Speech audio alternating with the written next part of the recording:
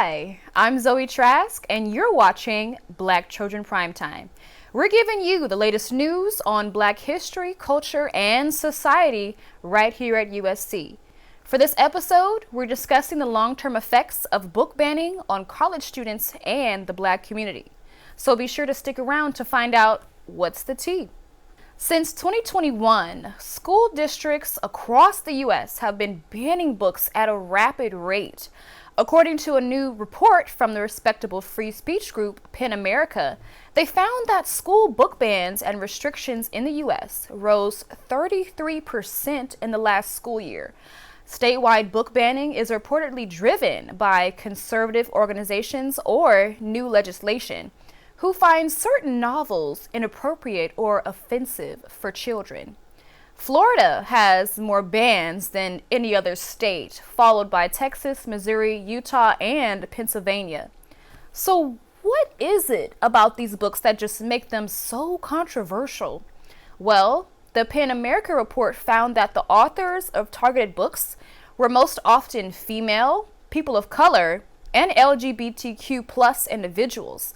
Among various hate movements and social justice uprisings the country is facing right now, what long-term effects does book banning have on school children and college students? When we come back from the break, you'll hear from a Trojan who's got lots to say. Stay tuned.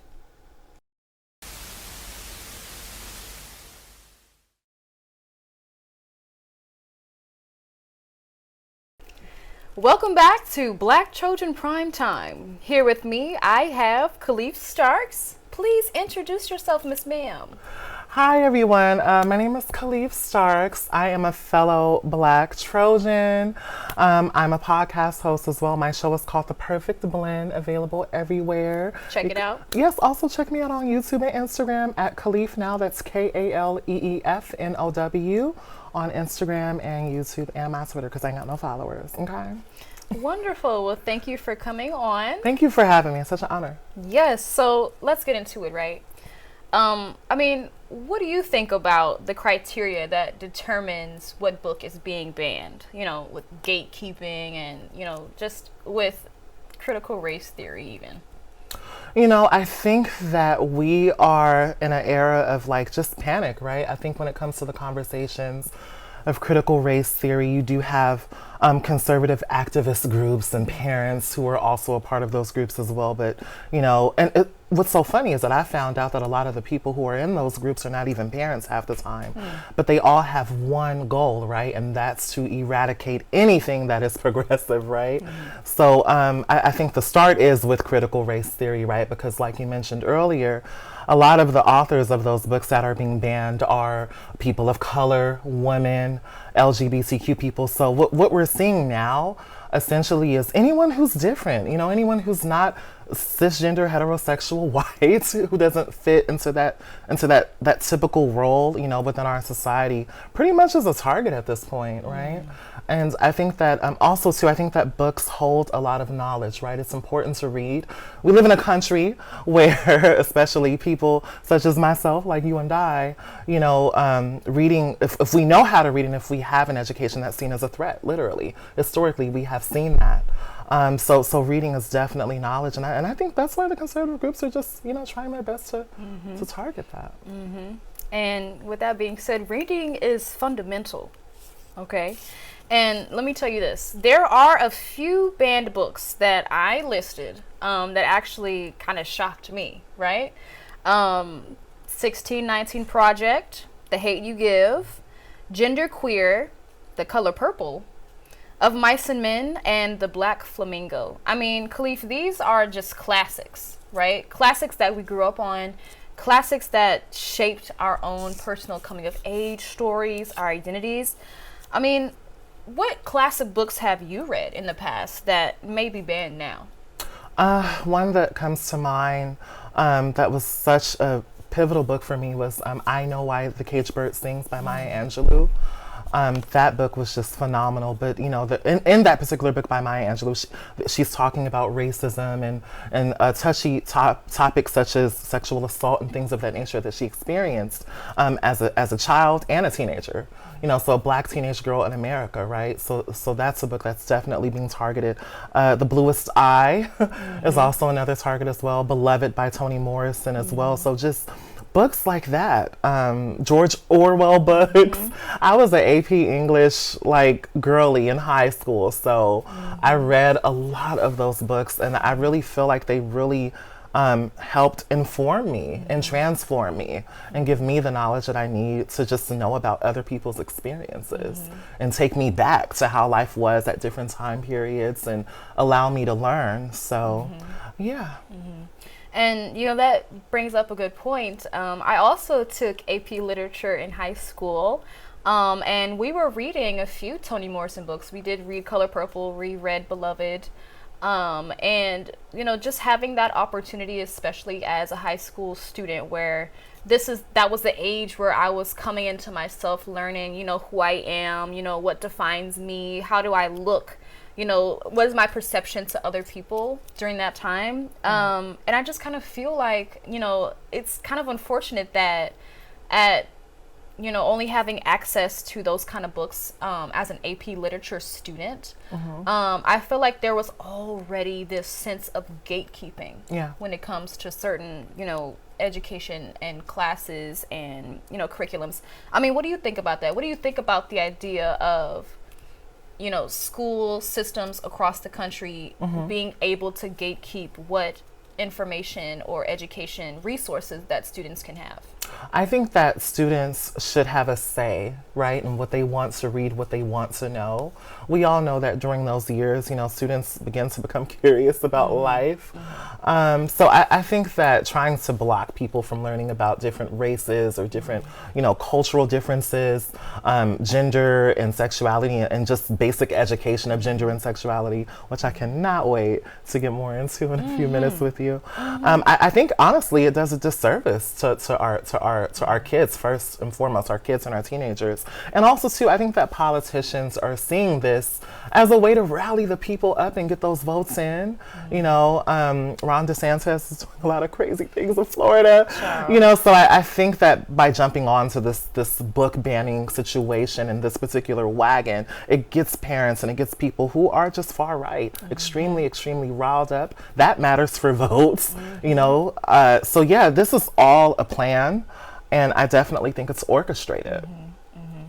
Another repercussion that I've noticed about this situation is that you know, LGBTQ plus authors already don't get so much credit or recognition for their work anyway.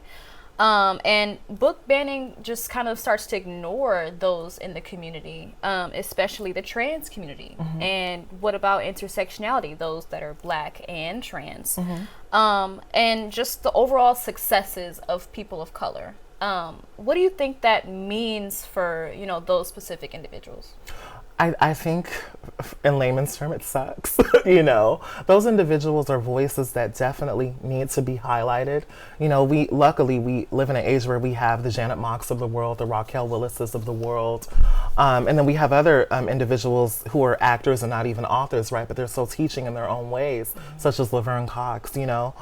So, you know, we do live in an age now where you do have a lot of Black trans voices and brown trans voices as well, that are definitely showing their journeys and putting that on display.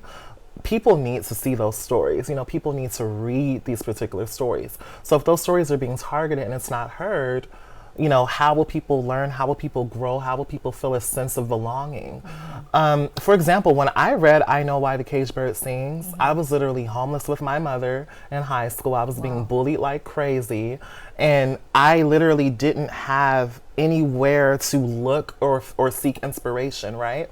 So when I found Maya Angelou's book, and it's so funny, I actually read it myself. I didn't even read it through the AP Literature course. I read it myself. And as I read it, although I couldn't relate to her directly, me being a Black trans child at that time and being homeless, not having any sense of community, father threw me out, getting bullied at school every day, a straight A student, just running around searching for hope. that book literally gave me faith and hope.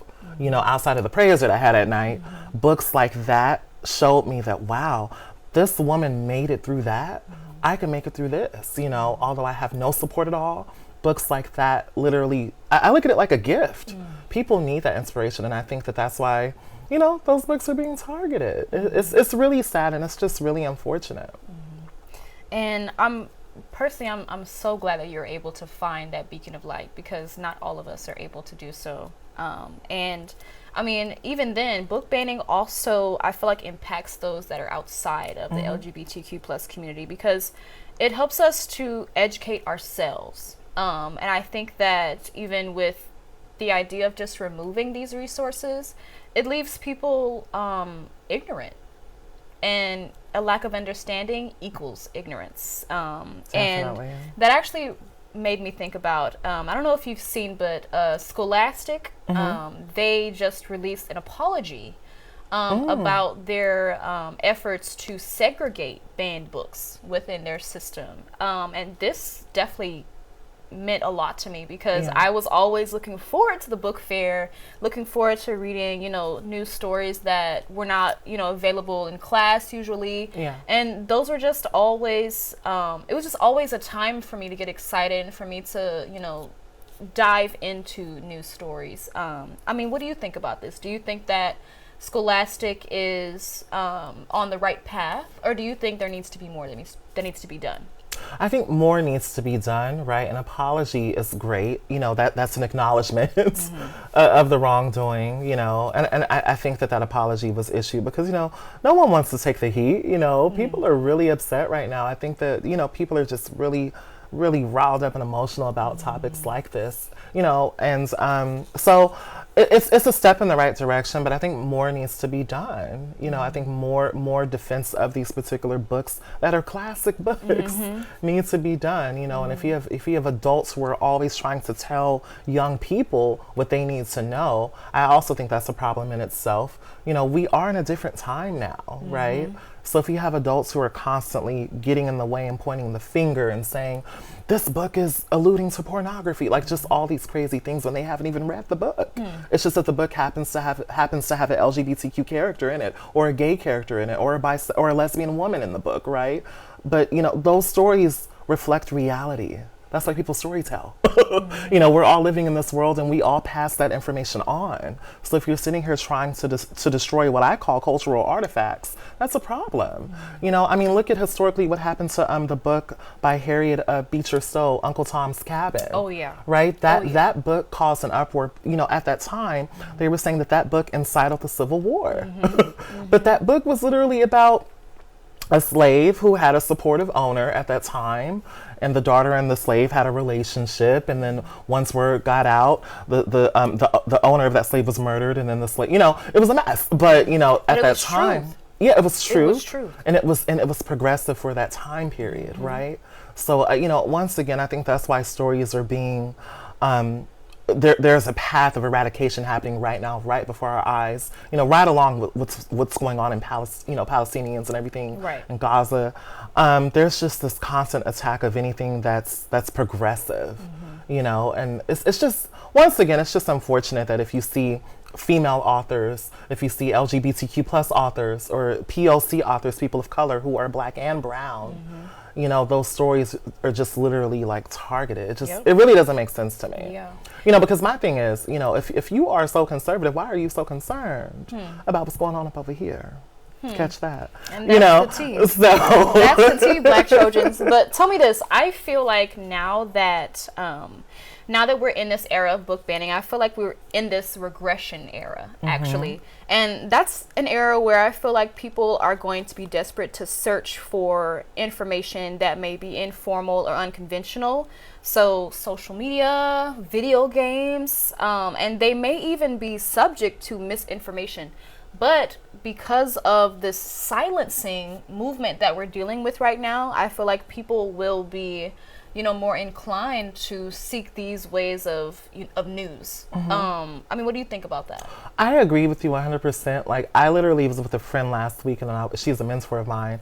I was telling her, I was like, I feel like we're in a time now where everyone wants to be wrong. Like, there's like this agency in being problematic now, where it's like, ooh, I'm a conservative, I'm on the right side, and then now I feel like people are now like mocking the progressives and like identifying with the bad stuff now. So, they also have their lane, right? So that's something that's definitely happening right now. So I agree with the regression point. But we're still here. You know, honestly, I do think that history repeats itself. History is always a cycle. But I definitely feel like people who are like you and I, who just simply have progressive thinking, outside of, LGBTQness or blackness or whatever, we're just progressive people. We are humans who want equality, and we want everyone to feel comfortable, and that's literally what it is. We're still here and we ain't going nowhere. The future is bright because we do have people that are fighting for our side. So tell me, what should parents do to seek versatile literature when educating their children, or where should they go? Don't be afraid to read the books that are being banned, right? Read those books. I want the parents to read the books. Actually sit down and read the books and know, what your youth or what your teen is reading, I think that parenting is a touchy subject. I am not a parent, right? So I'm not saying I know what's best for your child, but what I will say is that we live in a world now where we have the internet, right? If your child can't get access to a book, your child is Googling stuff. You can't be there all the time. Well, when the teenager goes to school, the other kids are talking about certain things like you're trying to protect your kid from, right? So, I think that parents should, have that good connection with their youth or with their children, and build that bond and allow their children to say like, hey, this is what I want to read, or this is what I feel like I'm comfortable with, right? You should because your kids are getting older, right? I feel like at like 14, that's when they kind of start talking back to you and stuff. Right. So the rebellious phase. Yeah, the rebellious phase comes. So instead of trying to you really can't prevent that, the teens are already a mess, you know what I mean, in comparison to what I was like. Done there. Right. So I think that if children and teens have agency and that connection with their parent and have that supportive bond, and they have the agency to say what they want to read about and what they want to learn, I think that's where it starts as well. Absolutely. And if anyone wants access to any of the banned books online, you can access them through some e-libraries, including Libby, Hoopla, and Books Unbanned. Also, if you want a resource in person, visit the Los Angeles LGBTQ Plus Center, and they will point you to the right stuff. And thank you so much, Kaleef, for joining me. Thank you for having me. I'm Zoe Trask, and I'll see you next time for Black Trojan Primetime.